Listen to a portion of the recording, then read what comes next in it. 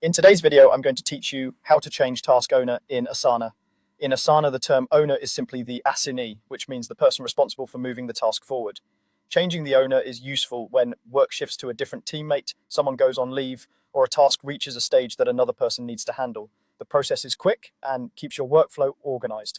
Start by opening the task you want to update. Click the task to bring up the details pane on the right side of your screen. This is where you can see everything about the task at a glance. Its title, description, due date, attachments, comments, and most importantly for today, who currently owns it.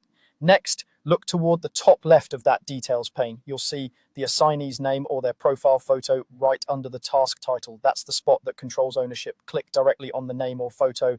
When you do, Asana opens a small people picker that lets you choose someone else to take over the task. Now type the name of the new owner into the search box. As you type, Asana suggests people who are part of your workspace or organization.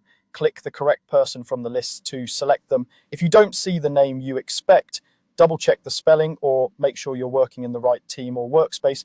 People must be members before they'll appear in the list. Also note that some projects have permission settings. If you can't click the assignee field, you may not have edit access and might need a project admin to make the change.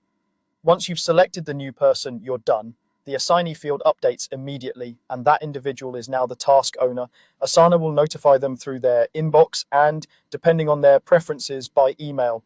The task will appear in their My Tasks, and nothing else about the task changes. Its project, due date, attachments, comments, and subtasks all stay intact. Any followers on the task remain the same, so collaborators continue to see updates without you having to do anything extra.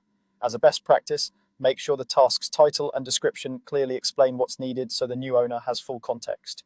Clear ownership helps teams avoid duplicate work and missed deadlines, and this simple change keeps accountability visible to everyone. That's all there is to it. Open the task, click the assignee, search and select the new owner, and the handoff is complete. Thanks for watching and happy organizing in Asana.